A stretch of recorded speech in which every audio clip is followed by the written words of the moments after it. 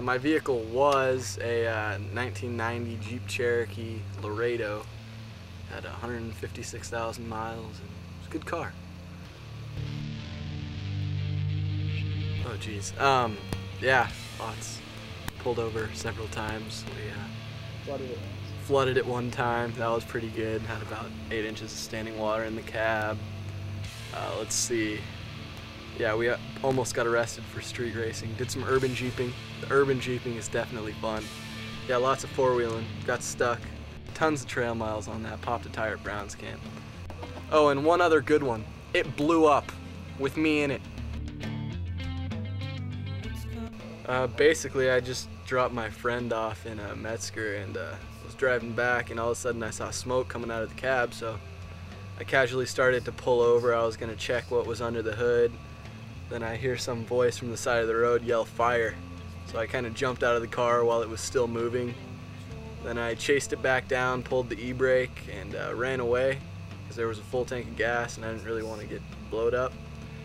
And yeah, by the time, 20 seconds after I was out of the vehicle, it was 25 feet in flames. It was pretty scary. I was freaking out at the time. It was pretty bad. It's toast. It is absolutely toast. If you sit in the driver's seat, you can see through to the engine compartment. There's nothing left whatsoever. The steering wheel's melted. Stereo is gone. Actually, for about 16 hours after the accident, my dad had told me that I was uninsured, so I was pretty bummed out that I would have had to save up $400 and buy a Volkswagen Beetle. But we're covered, and we lied about the mileage to the insurance company, so I'm gonna get a 94 Tacoma pretty soon, or maybe a Wrangler. This is about all that's left. Got this Cherokee as a reminder of my first car. These are my car keys. 2 of them are completely melted. That one has melted away for the most part. Those have holes in them and they are completely gone. Kind of scared me because if the fire was hot enough to melt keys, I don't think my skin would have been doing too good if I was still in the car. Check your fuel lines often. 95% of redneck accidents start with the words, "Watch this." Yeah, I mean, overall, he was a good driver on the street. Overall, like, he ran a few stop signs. I mean, occasionally he runs stop signs, you know, no big deal. He speeds sometimes, yeah, no big deal.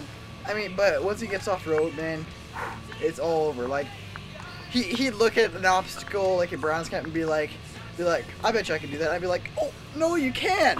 Are you out of your mind? And he'd go through it. He'd look at it and he'd just like go through it, and I'd try to follow him. I'm like, oh, not gonna work. And I back up and I sit there and wait for him to like turn around and be like, what the fuck are you doing?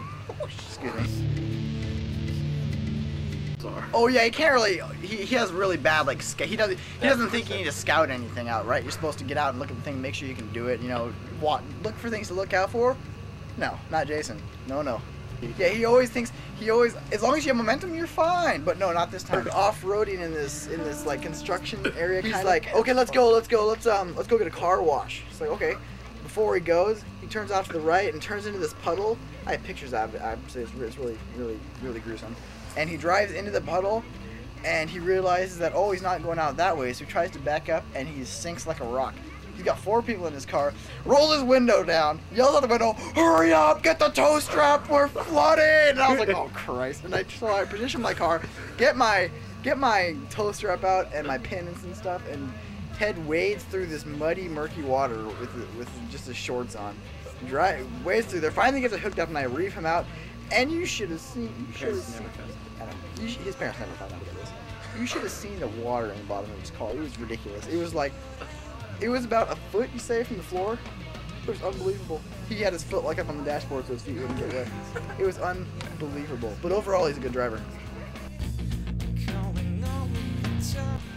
When I heard about, when Jason first called me, he's like, oh, my car blew up. And I was like, oh, yeah, bullshit. He's just pulling my leg, right? And so he's like, he's talking to me, and he convinces me to come over to his house. So I go over there. It's like 10:20. Go to his house. There's a whole bunch of people there. Not a whole bunch. There's like 4 people there. And he's freaking out. He's like doing push-ups with one hand. Freaking out. He's like got all this adrenaline going. And I asked him if I could have his parking pass, and he got kind of irritated about that because then I realized he was serious. And so I go up there, and I see his car. I mean, this is a white car. It's black. It is blacker than black. It's black as night. It's like, you know, there's a piece of rubber burnt into the cement. Like there's glass everywhere. And I looked in the inside of the car, and like the steering wheel's gone. Like it was just like a metal ring for the steering wheel. Everything, all the plastic's gone. The seats are down to the springs, and that's it. The odometer rolled back, like you said, like 40,000 miles. He got extra money for that. And then he tells me today, he's like, oh, guess what I might be getting? I'm thinking he's going to say, like, oh, I'm going to get like a 92 Wrangler. No, he's like, I know, my dad knows a guy that's selling a 94 Tacoma 4-wheel drive with bright red with canopy and everything. And I was like, oh, son of a bitch. He's getting a brand new Tacoma.